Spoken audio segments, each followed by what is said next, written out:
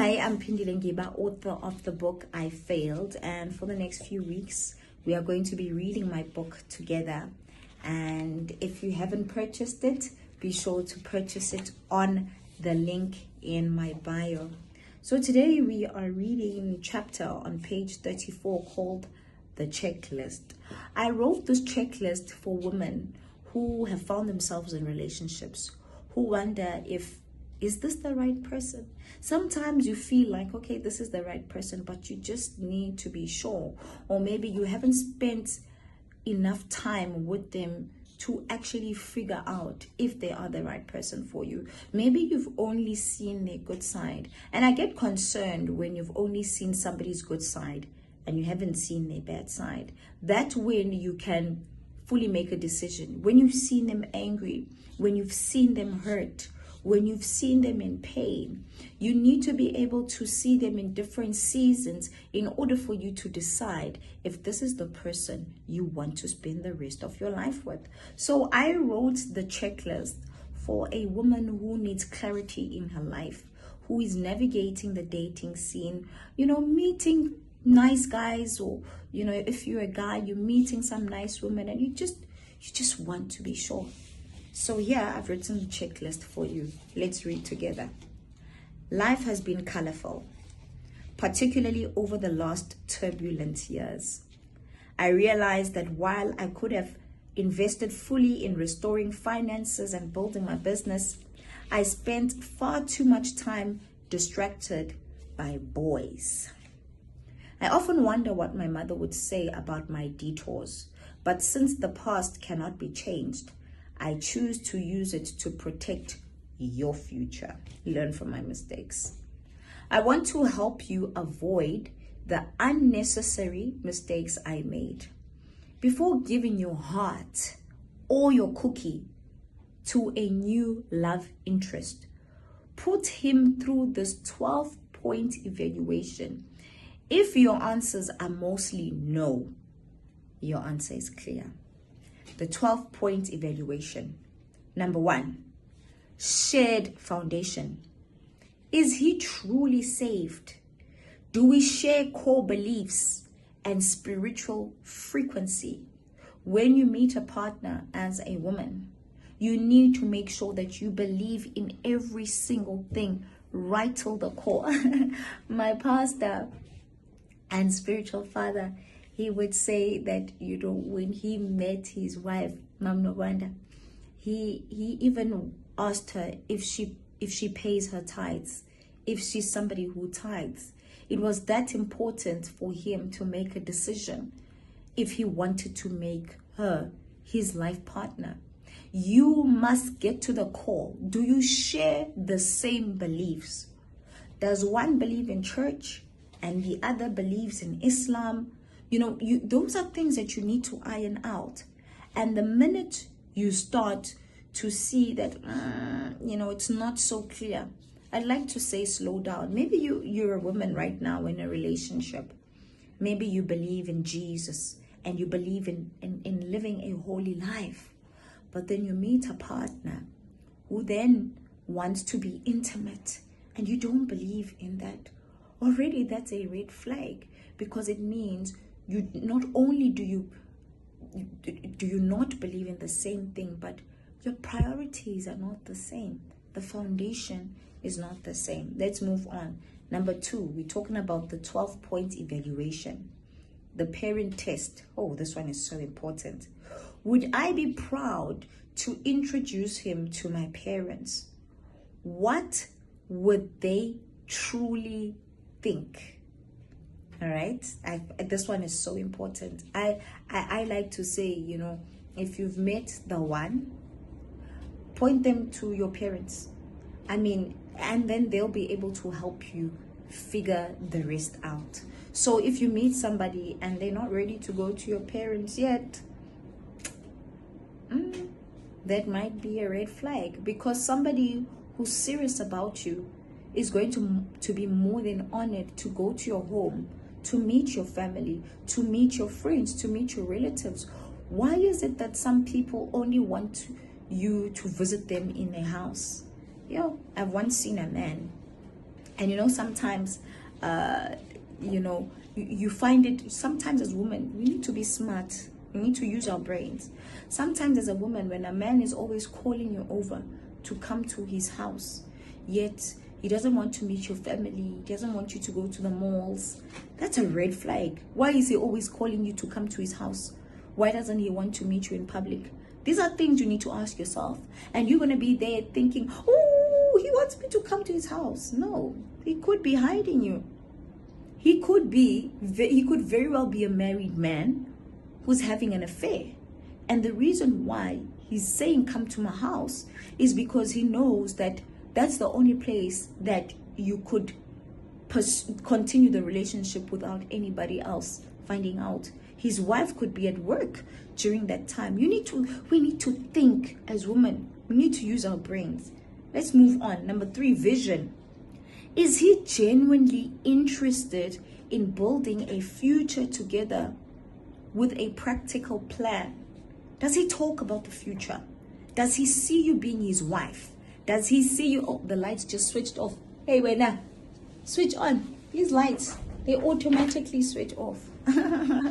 There we go. So you need to ask yourself, is he vision driven? Does he see a future, or does he just view you as a fleeting pleasure? Listen to somebody, pay attention. I once dated a guy. I told you, learn from my mistakes. I once dated a guy. Whenever we would speak, he would, talk about the future, how he wants us to get married and what life would be like. And then this one time when we were out with his friend, the conversation changed. When his friend was around that evening, he actually said, if ever you and I were to get married, I was like, if ever you and I were to get married, why is the language changing now? Why is it if ever you and I were to get married? When we talk, when we are together, the language is when we get married. Why is it that when your friend is around, if we were to get married? I know that seems like something that is so small, but when that happened, I started to pay careful attention. You see, sometimes as people, we try to present our best versions. Think of yourself when you go to an interview. You talk about your best qualities, your best traits. I'm punctual. I do this, I do that. Obviously, nobody would want to talk about their weaknesses in an interview because you're trying to get a job. Same with relationships. When we meet new people, they present their best versions, and it's only natural to do so. But then that's where now you must use your EQ, your emotional intelligence, and use your medulla oblongata to find the gaps where the information is not corresponding. The actions are not matching the words. That's when you now need to sit and think, You are cross-referencing. You need to cross-reference. When you meet somebody new, don't only take what they tell you. Listen. Pay attention. Pay attention. Ladies, pay attention. Don't just be in a lovey-dovey cloud 9 mode where it's butterflies. Anybody can feel butterflies. Pay attention. Number 4, investment. Does he see me beyond the surface? Does he encourage my growth? Oh, that's so important. All right, I'm not going to talk on that. Number 5, friendship. Can we have meaningful conversation or comfortable silence without romance? This is so important. I remember Kim Kardashian when, she was going through a divorce with Chris Humphrey. And I remember the specific episode in Keeping Up with the Kardashians, where she was crying and she was talking about how even when, they're sitting alone together, there's nothing to talk about. Is there friendship when you are not making love? If you are making love in your relationship, is there something to talk about? Let's say you got a child together before you even got to know each other. When you're not talking about the child, are you able to engage? Is there friendship? Are you able to be goofy and just be cheesy and play around and talk about sweet nothing. That's what true friendship is about.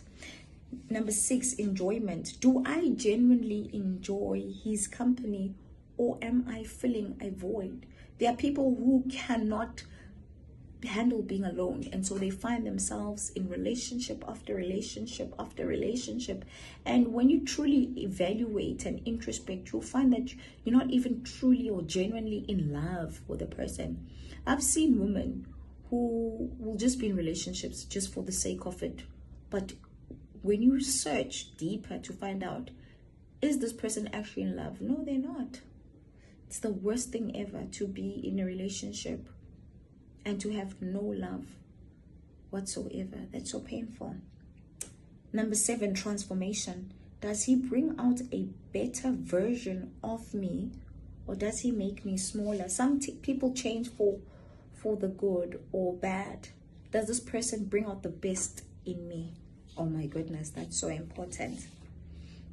Number 8. Does he inspire me to dream bigger, or does he distract me from my purpose? Ever since I've started dating this person, how far am I with regard to my purpose? Am I still on track? Am I reaching for the stars, or am I just now settling and downgrading because of who's in the picture? Ooh. Number 9, the gut check. Oh, this one is so important. Ladies, am I at peace?